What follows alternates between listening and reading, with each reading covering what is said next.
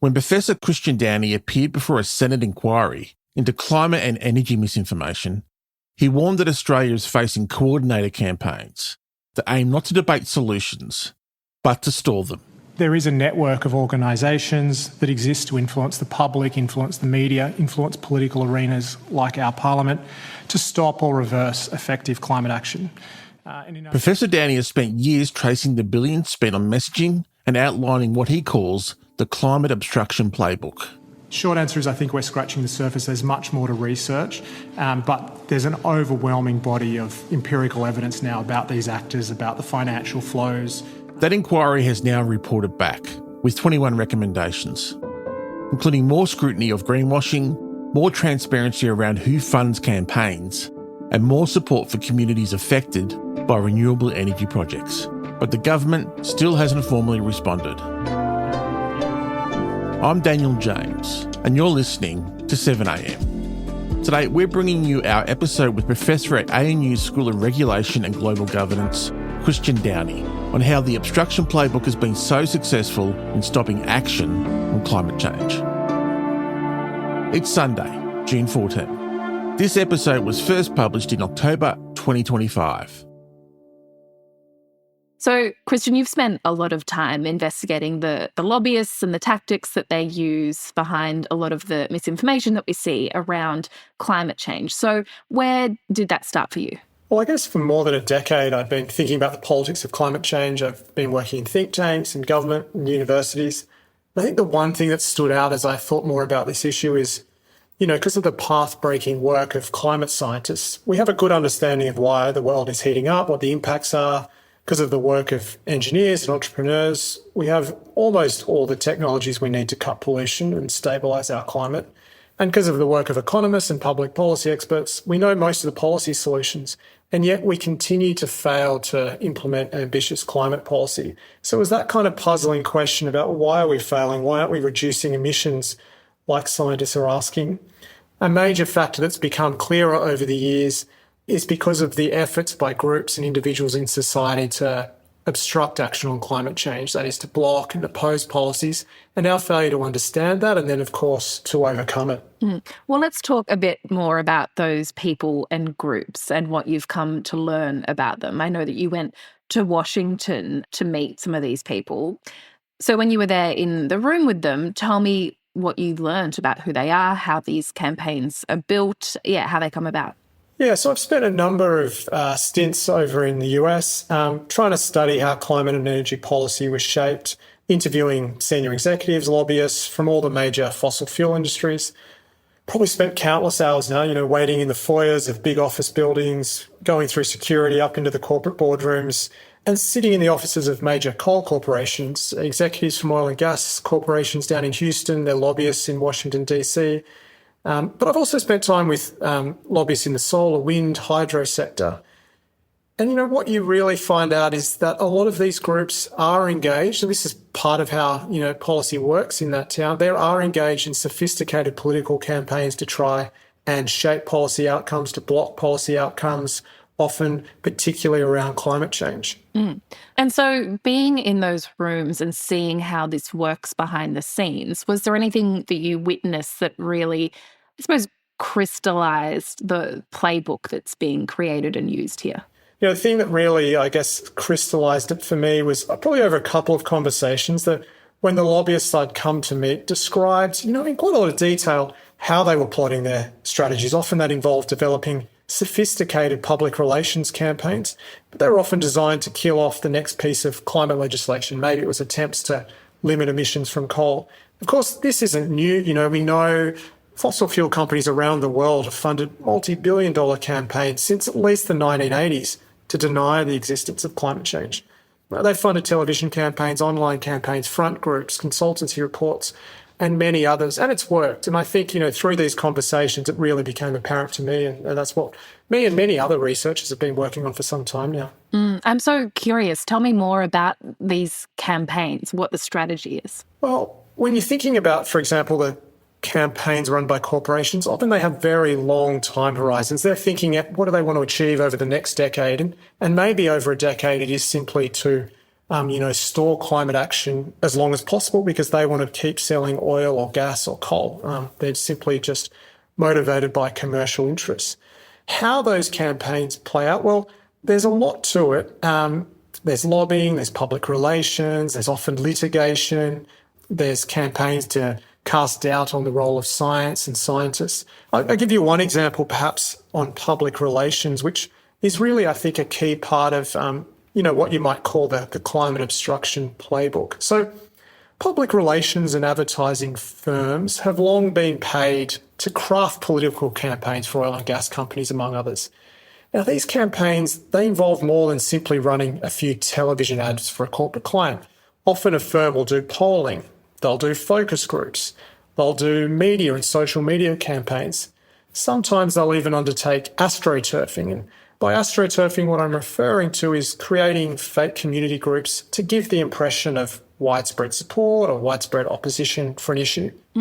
Okay, so PR companies are being paid to come up with these campaigns, but how much is being spent on this and what does the money trail look like? Yeah, I think this is one of the fascinating questions, right? Like if you follow the money, what's actually happening? So what we did to try and answer that question and follow the money trail was, look, I can't say it was the most exciting task all the time, but we were looking at their tax records. Sounds exciting to me. It's a good way to kill a dinner party conversation when you start talking about tax records. But what we tried to do was look at 90 trade associations. These are kind of industry lobby groups, and see over a decade, how much were they spending on politics? So the first thing we did was just figure out how much money they got. And these are huge sums of money, even in the US context. So 90 trade associations working on climate issues over a decade had 25.6 billion US just in revenues. Wow. Lots of money. And then the next question is, well, are they spending all of that on politics? How much? Not all of it. In fact, it was only 13%, but 13% of that is 3.4 billion. Much of it, in fact, 2.2 billion of that was going to public relations, advertising campaigns. Another 730 million was going to lobbying. Now, this is big in the US, but it's not peculiar to the US. Of course, similar things happen here too. Yeah. So if those are the sorts of sums that we know are being spent in the US, do we know how that compares to what might be happening here in Australia? Well, part of the problem is we just don't have as good transparency or disclosure practices here in Australia. So we know that groups like, say, the Minerals Council of Australia, which has probably done a lot to block climate policy or at least advocate against climate policy here in Australia, does spend significant sums of money on political campaigns. They run television and other campaigns. These things cost a lot of money. But we aren't able to follow the money trail in the same way that we are in the US. And that's one of the issues, I think, here is just the lack of transparency. Coming up, how Australia could fix its transparency problem.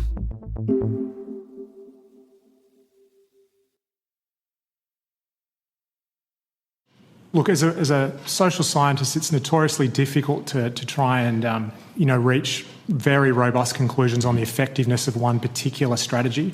But I think we can safely assume that one of the main reasons that we're failing to implement perhaps climate policies that are consistent with what climate scientists have been calling for is because of the activities of some of these organisations. It's not the only. Christian, you just recently gave evidence to a Senate inquiry into climate and energy misinformation.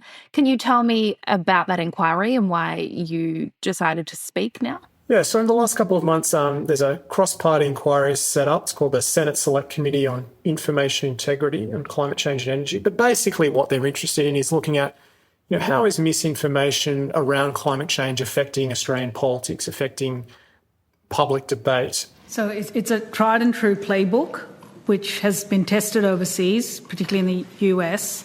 And is there any reason to believe that this isn't now being tested here in Australia? Or do you think that the learnings have already come across? No, I believe those types of campaigns are being run here currently. You did have senators from across all parties, concerned about this issue, wanting to know more about it and really gathering information about the extent of these campaigns, how they're playing out in Australia. So we'll expect the committee to report in February and hopefully they produce some strong recommendations that the government decides to act on. And when we talk about misinformation in climate change and the climate wars and, the media's role in this. This has been going on for a long time. So has something changed recently? Is what we're seeing different now? I don't think anything's significantly changed. It kind of happens with peaks and troughs. Often if there's a big climate policy put forward, such as, say, a carbon price, we saw a lot of lobbying in that period. But one thing that we have had in the last few months is a debate around what Australia's greenhouse gas target is. How much should Australia reduce its emissions by? So over the last few months, we've seen a lot of political media attacks on renewable energy and climate action here. And I think these are straight out of the climate obstruction playbook. There is a pathway for Australia to be really ambitious in terms of the target that it sets, but it is expensive and it's difficult, and we need to make sure that we're very clear-eyed in terms of the approach that we take. So we saw the Business Council of Australia, one of the biggest business groups in the country, release modelling. We want Australia to be ambitious, but we need to make sure that we're inherently practical along the way. That was the Business Council's Chief Executive, Bram Black, who also says inaction on climate change is no longer an option. Warning the government that, if you take a particular target, this might cost a lot of money. Analysts say if the climate target is to reduce emissions by more than 60%, it will require more than $400 billion in new capital investment. We saw Australian scientists who'd actually prepared the nation's first national climate risk assessment, showing the devastating consequences that we're going to see from climate change and are already seeing if you have experienced the bushfires or the flooding of recent years. The report warns natural disasters will cost the economy $40 billion annually by 2050. We saw them being, a lot of scaremongering about them on the front pages of Australian newspapers. By the 2060s, climate change will allegedly rob us of 2.7 million workdays a year. But here's the thing. Governments can't even project next year's budget deficit. They can't even keep track. So a lot of these kind of examples are very much consistent with the empirical evidence that we've gathered from around the world about how these groups obstruct climate action. And when you read those sorts of reports and the media reporting on them, you hear these lines like the one from the Business Council of Australia that, we support ambitious but, quote, achievable targets. So what should we be taking from that kind of messaging? I think the first thing is people should always be wary of information that's spread by organisations such as an industry group that have a commercial interest in the issue. So, if you've got a gas company out there saying, oh, look, renewable energy is more expensive than gas, well, you've got to remember that the gas company is going to make more money if people believe that. So it's the same for industry groups like the Business Council. I think the next time you see an industry group such as them or the Minerals Council out there complaining about government regulation or claiming we need achievable emissions targets, we've just got to remember it's not us they represent, it's the interests of their members. Industry associations have a legitimate role to advocate on behalf of corporations, but we should never confuse this with what's in the interests of the public. And you mentioned this issue around transparency in Australia. Tell me, I suppose, how you think that issue can be looked at and changed. Well, research suggests that, I guess, if you're going to combat climate change information, there's a whole range of things you could do. In our testimony before the Senate, we suggested a few things, not an exhaustive list by any means, but one is just to enhance individual immunity. Often people talk about public inoculation, much like a vaccine, right? The idea is that you can weaken the impact of misinformation if you just make people aware about it, draw their attention to who's doing it, what's their financial support. Another thing, of course, you can do, which we've spoken about, is making sure that the government thinks about putting in place regulations that forces some of these actors, like a trade association, to disclose, where they're getting their money from, what are they spending it on, so we can shine a light on some of these political practices. We're also going to, of course, need, more systemic changes, and that often might involve regulators like the ACCC or ASIC or others holding organisations to account that engage in greenwashing. So there's a whole range of things we can do, and of course, at the individual level, we all lead busy lives, but to the extent we can, checking, verifying the source of something, particularly before we go and share it on social media. Well, Christian, thank you so much for talking with me. A pleasure. Thanks for having me.